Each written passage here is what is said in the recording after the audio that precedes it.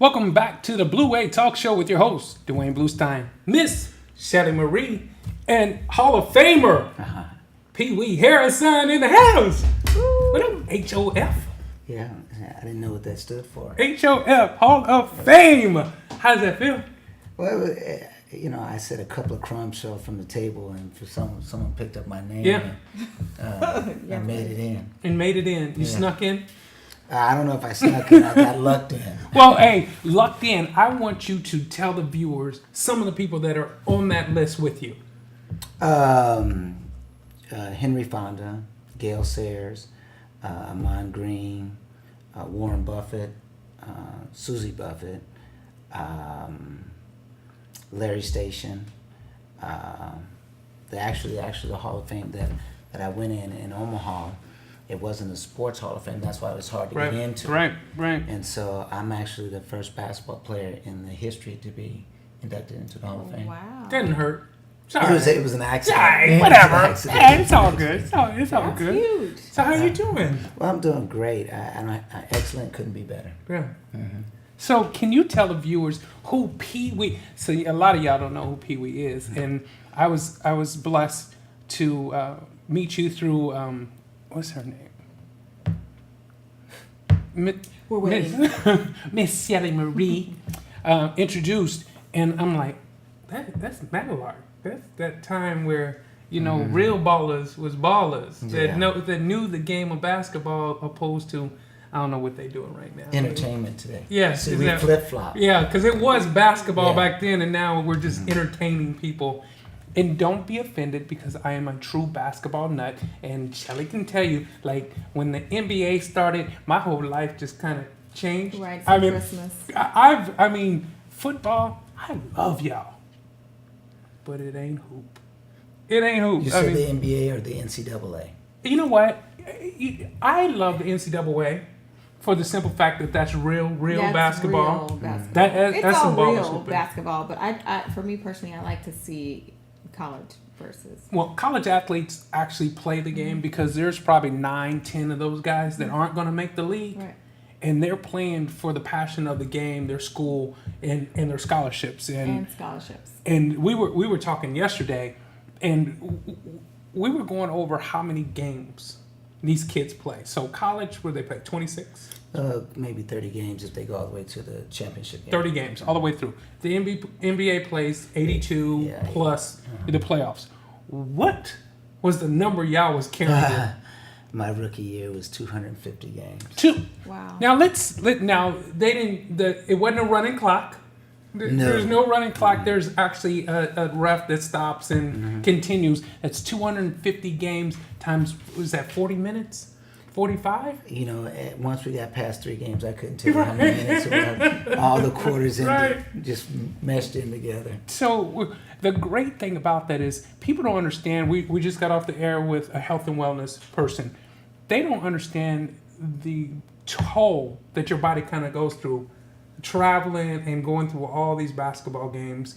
I mean, what type of shape did you have to stay in physically and mentally to stay in the game? Well, the advantage that we have over like the NBA players is that we play so many games, we're constantly working out. So it was not like that we had a lot of downtime, and we would always come into the gym 3 hours ahead of time, and we practiced before each game. So we didn't have a week where we had off. Right. So everything was just night out, night in, night out, night in. Just balling all the time. Oh yeah, because the people, it's tougher to play comedy basketball than it is in the NBA. Because in the NBA, if you miss a shot, it's no big deal. It's a shot miss. It's just a shot miss. Right. But if we miss a shot, first of all, when we take a shot, we got to take a shot that everybody else is not taking. Right. And then it's when not we a take normal that, 15-foot jumper. It's got to be something Middle different. has to hit the hook shot from half court. Right. Not in the paint like Jabbar. Right. He has to be at half court. Right. To make it entertaining. You have to entertain people.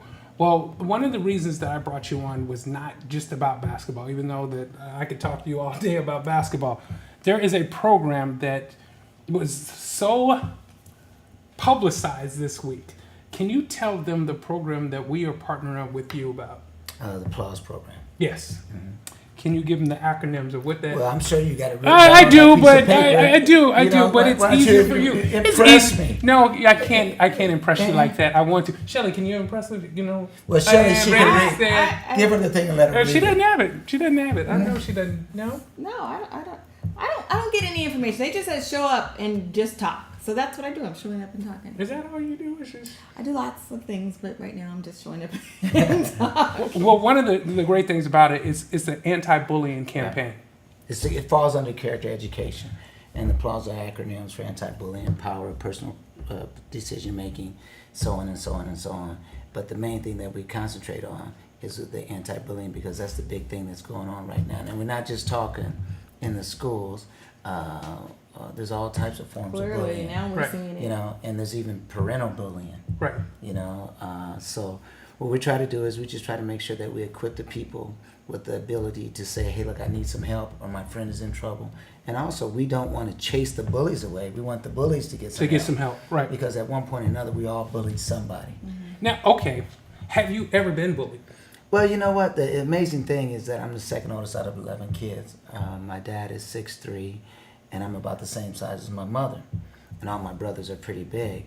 But for some reason, I must have had I was an athlete, you know, so I was a baller. Right. So, you know, and I was a point guard. So I was always a leader. Right. So. And we talked about that too. Yeah. I mean, you get caught up, because for me, being an athlete, you don't get caught up in that bullying. I mean, because you're trying to uplift so many people. And that's why being a leader or being an athlete, because there's it can be argued. I'm just saying we'll go ahead and say leaders, because a lot of leaders tend to uplift individuals that are struggling or not able to meet in that crowd. And one of the crazy things that I see now is this internet bullying, and how it's just not with kids, it's with parents, it's with teachers. I mean, there are so many people that get caught up in, oh, I'm better than you, and I'm gonna put you down, or I'm gonna talk bad about you, leading up to the Miami Dolphins individual. Yeah. Well, because I'm really interested on your take on that. Well, you know, I think we have a lot of tools. Facebook is a tool. It can be used as a tool to uplift, but if you look at a lot of people's Facebook accounts, people are upset at their jobs. Some people are saying, hey, look at me, I'm doing this, and this person got jealous with me. So I think there's a lot of tools that are that could, if they're used wisely, they could be beneficial.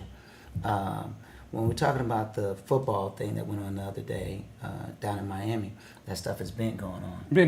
And because of the internet and the and everybody talking about anti-bullying, people are coming out of the closet saying, hey, look, this is what's going on, because it's a fraternity. Right. You know, I mean, I know that my rookie year was Pistol Pete Maravich, Meadow Lark Lemon, Gator Rivers, Curly Neal, Will Chamberlain, but I didn't play with him that year, but he was on the team. And man, they were referring to the Globetrotters. Yeah. Oh no, our team was called the Shooting Stars. Middle Lark had left the Globetrotters, and he formed a team called the Bucketeers. Then it was the Shooting Stars, and everybody know Pistol Pete wasn't white on the inside, but he was white on the outside. Yeah. But we were so afraid of losing our job, right? Because we were, you know, we were playing to make money, and we were easily replaced if we got hurt or if we complained about somebody being bullied. And you know what? When I think about it, my rookie year, they tried to bully me. You know, the normal, put you at the back of the bus. You got to carry the uniform. You got to do all the rookie stuff. You know, they send you on these little missions. I never did a lot of them, but I carried the bags because, you know, I had to put my dues in. Right. But bullying has always been there in the athletic arena, and those that are able to survive it go on to be successful. Right. And a lot of people just buy out. You know, I think you see that more in girls athletics than you do in boys. Well, one of the wild things on the whole NFL portion of it, I believe that, as you said, they get bullied on a consistent. I mean, every team has some bullies on there that kind of take it a little too far. I mean, they get into that mode of that power and saying, you're under me and I'm a stick it to you. So what's taking it too far? If you're bullying, you're bullying. Well, I think lunch money or car money. Yeah. Well, here's the deal. Don't take my stuff. Well, here's what I'm saying is, as you were saying, the hazing of carrying the bags. If you kind of reel that back, it shouldn't be done. I mean, carry your own bags. You're a grown man, carry your own bags. You loaded that bag, you packed it up, carry your own bags. But I understand those type of things have happened for a long, long time. But when individuals are sending you text messages or degrading you outside the work environment, is something that is going on with the NFL, NBA, and everybody else for a long time. But no one has the understanding on how to stand up for themselves or come out and say anything about it. The NBA on the heels of this released their anti-bullying campaign immediately. I mean, as soon as it happened in the whole Miami thing, everybody was like, oh, we got to get this out there. And that's why I'm so happy to team with you, because this is the time that we need to get people to understand that it's still about health and wellness. It's still about taking care of our bodies and our families, but we need to allow people to understand that there is bullying going on far beyond me taking your lunch money.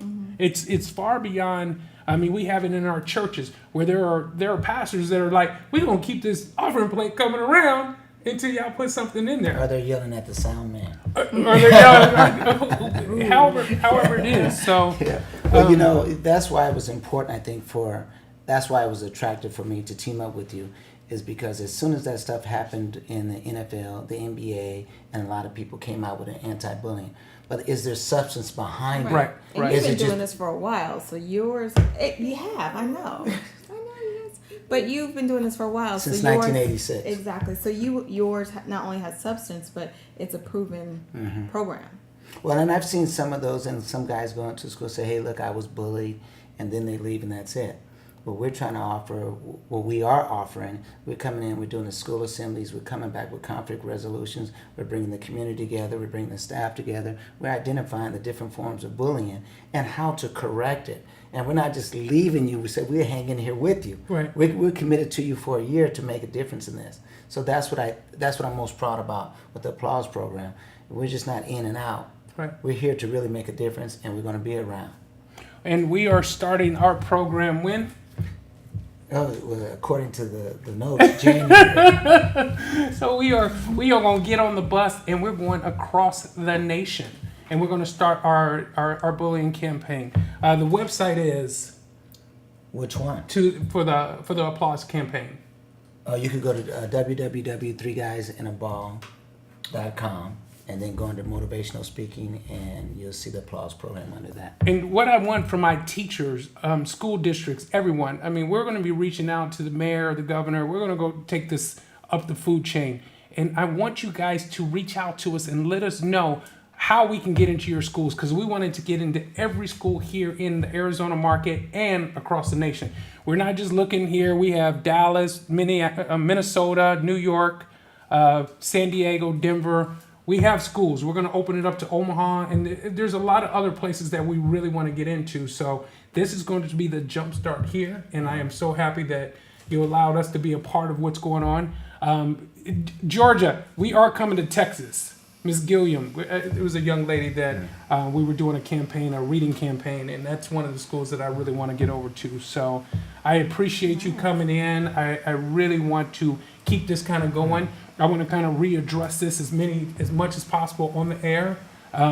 When you guys see the red, white, and blue, you're going to understand, it's all about us reaching out to the nation and changing what is big in a lot of homes. I mean, bullying is not good, no matter what. So this is Pee Wee Harrison in the house.